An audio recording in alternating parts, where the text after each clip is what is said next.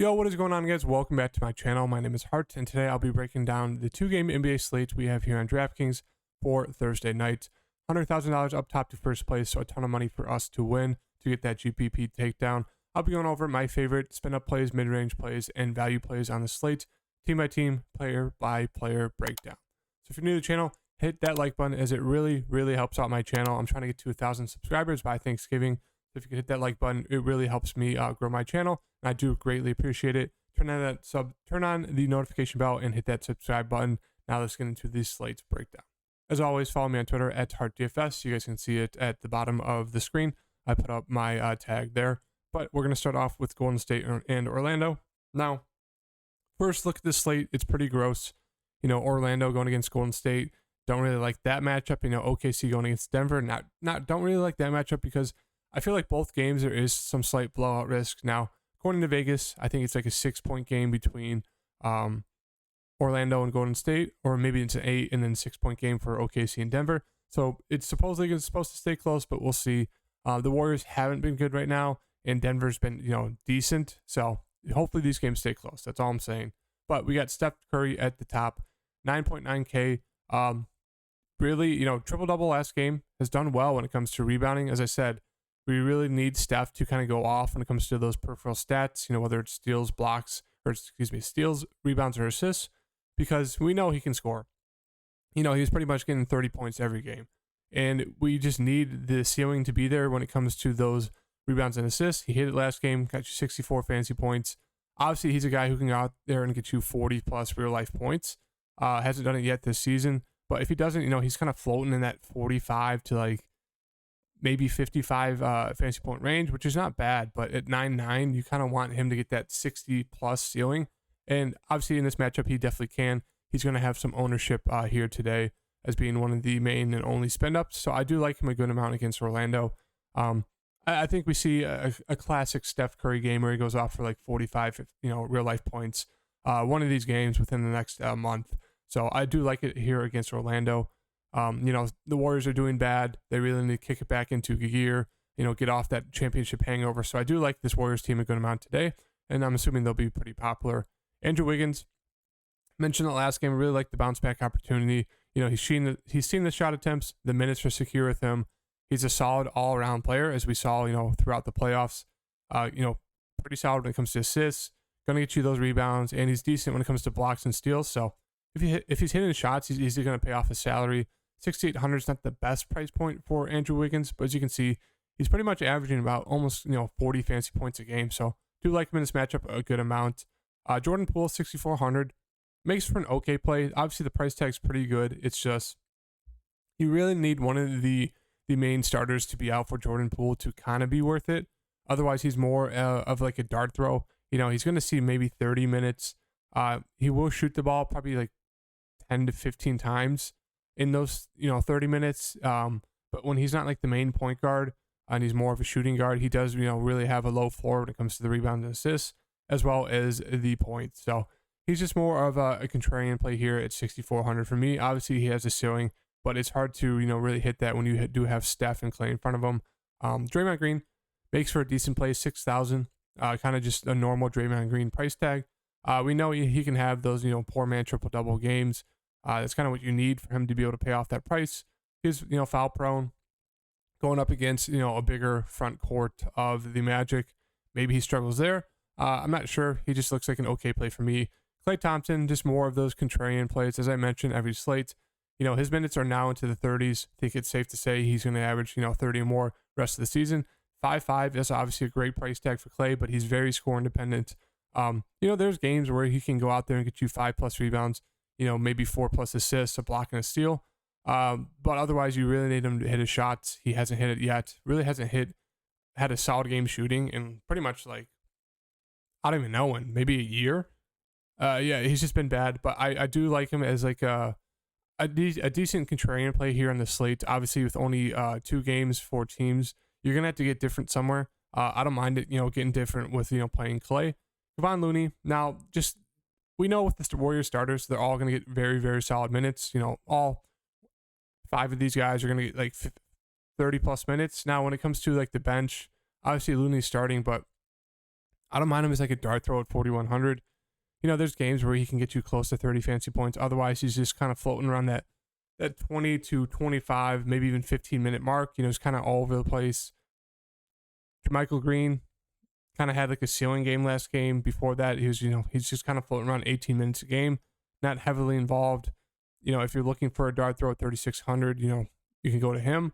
Wiseman, maybe he gets a little bit more on. He's been limited the past few games just because of how bad he's been defensively.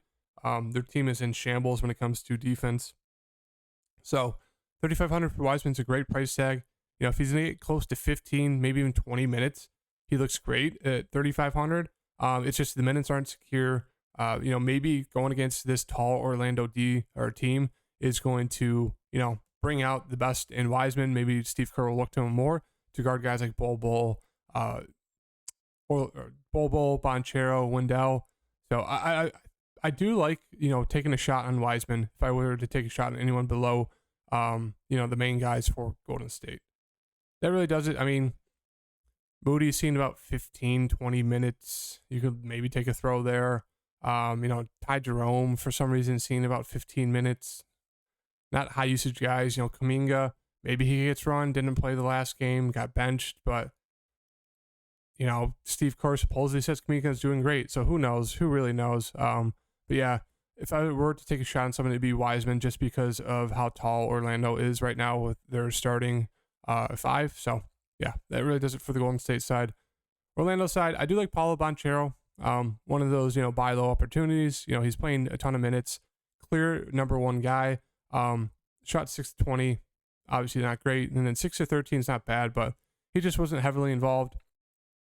Sometimes he can foul trouble, but for the most part, he's been great this year, averaging about 40 fancy points per game. Great matchup here going against Golden State, a team who has not been playing defense at all. So I do like PAOLO Banchero a good amount here. 8,200, I do think people will be scared of that price tag, even though he's been great this year. They're going to see, you know, Wendell, you know, about $700, $800 cheaper. You know, they're going to look at his box score and be like, oh, you know, he got 55.5. They're going to flock to Wendell over Banchero, I think. Obviously, both are going to be popular because of it's a small slate, but Wendell, don't mind him here at 7,400. Obviously, another great matchup for him.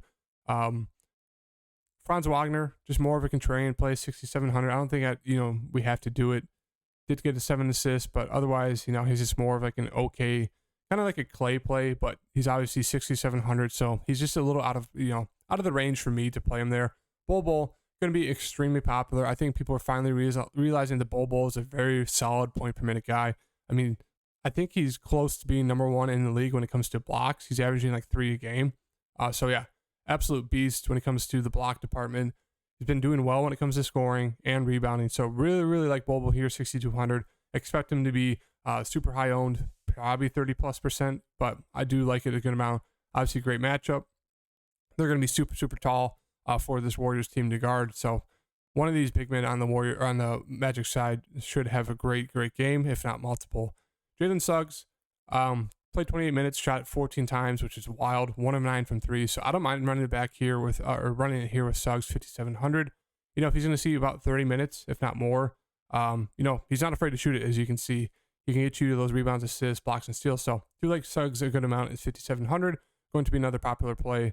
Obviously, have to keep an eye out on the Terrence Ross news, because if he's in, it does change some plays. You could definitely take a shot there, but with his knee injury, it looks like he's most likely going to be out. Once again, you have to keep an eye out on that. But if he's out, RJ Hampton should see about 20 minutes, maybe a few more. You could look to him at 4,900. Not the best price tag, but he could easily pay that off if he's shooting well, being one of the main and only guards off the bench for the Magic. Chuma, so, you know, drop down in minutes, but should see maybe 20 plus in the spot, especially if Ross is out. Mo Bamba seeing the backup center run, should see about 15 minutes. You know, you could definitely take a shot. I feel safer taking a shot on these Magic guys than I do those Warrior guys, only if T. Ross is out. And so that's kind of my thoughts on that. Would rather get to obviously the main guys, but I do think I prefer the Orlando Magic value compared to the Warriors the value. Denver OKC, absolute smash spot for Jokic, going to be the highest spin up player on the slate, 11-4. Little pricey on a 2-game slate, but I do think it's easy to get there with all the value on this slate.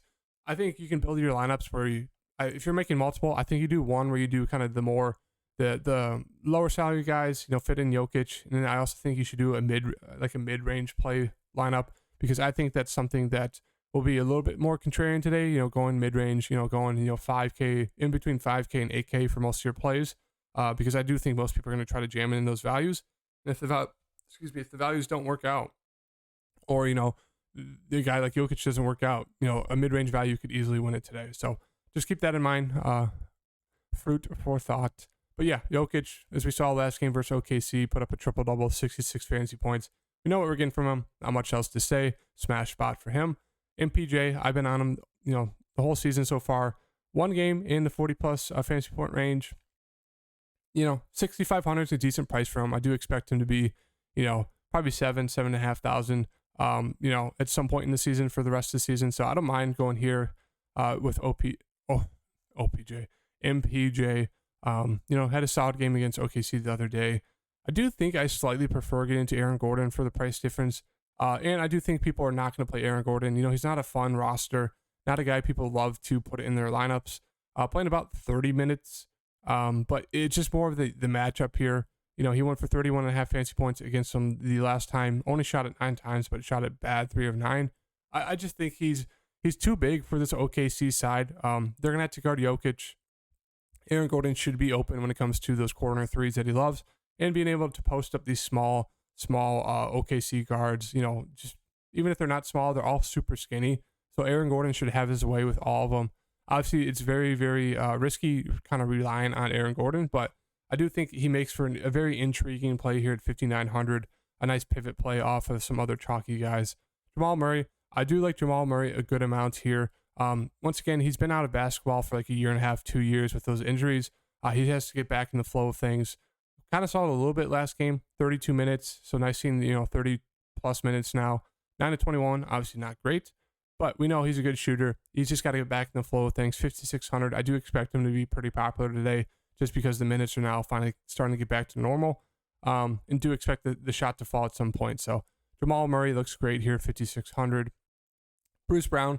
We have to keep an eye out on the news of Bones Hyland and Ish Smith, because if they're both out, Bruce Brown should see some point guard run slash backup point guard run. That means he'd be in play at 5,200. Obviously not going to be super high usage with Jamal Murray in, but he's definitely a guy you could play there at 5,200. Caldwell Pope would see, probably 25 to 30 minutes. I'd say more around 30 minutes if those, other guards are out. If they're in, maybe more around 25, but he's more of just like a kind of like a dart throw play at 5,000. Been decent, 25 fantasy points per game, just not high usage here, coming off the bench for them. Bones, if he's in, makes more of just like a very super contrarian, played 4,400. I don't think I can do it. He's just not getting a ton of opportunities. DeAndre Jordan, backup center, playing about 15 to 20. You can look to him, but I prefer the other value. Jeff Green, I don't mind him here. He's playing pretty solid minutes. When he's out there, he's going to shoot. Can do a little bit of everything. So 3,200, he makes for a pretty solid value play on the slate. Christian Brown looks okay. Prefer getting to Green. That really does it. Obviously, if Ish Smith is in, doesn't really change much. He's not getting a ton of minutes, but if they're both out, you can definitely look to a guy like, Bruce Brown, as I mentioned, Jeff Green, stuff like that. OKC side, we have SGA 9.7, looks fantastic. Not much else we have to say about him. He's been fantastic this year. Giddey looks great here, 7,000. Obviously, SGA is kind of the main usage guy, but Giddey still gets a ton of usage as well. As you can see, he can easily get there when it comes to kind of that double-double with the points and assists. He can rebound the ball as well, so do have a good amount of interest in Giddey. Lou Dort as like the third option. It looks okay, 5,800. Don't mind it, because he's going to shoot the ball a ton, even with both those stars back, but I just don't know if I'm going to go there. Trey Mann. Now, this OKC Thunder are just super frustrating. Everyone besides the main three, you really don't know their minutes. Trey Mann, I guess, floating around 25. I guess he's decently safe. Jalen Williams, saw 22, not a high usage guy. You can take a dart throw there. Poku. Before that, he was playing like 13, 15 minutes, then 26, then down to 24, then 31. He's all over the place. Wiggins all over the place. He's floating around, 35, 28, now 13. JRE, 22, 5 before that. I mean, this team is just disgusting. 18 for Baisley before that. It was like 22 and 25. I mean, it's just not fun. It's really not fun taking a shot at any of these value. You know, they're going to be popular value plays, but it's just super hard knowing who's going to get the minutes. I guess people are going to flock to probably Poku at 4,600 just because he looks like the safest out of all of them when it comes to the minutes. And he can easily get you there if he's shooting the ball well. But it's just hard. You know, it's just more of a dart throw play for any of those guys. I'd say lean towards Poku, DRAYMOND, and Jalen Williams. But obviously, you know, Bazley can get there if he's playing 25 minutes. So yeah, it's just a gross thing for the OKC side. So if you guys like the video, hit that like button, turn on the notification bell. I will have my core 4 play video out soon, and I'll see you guys in the next video. Peace.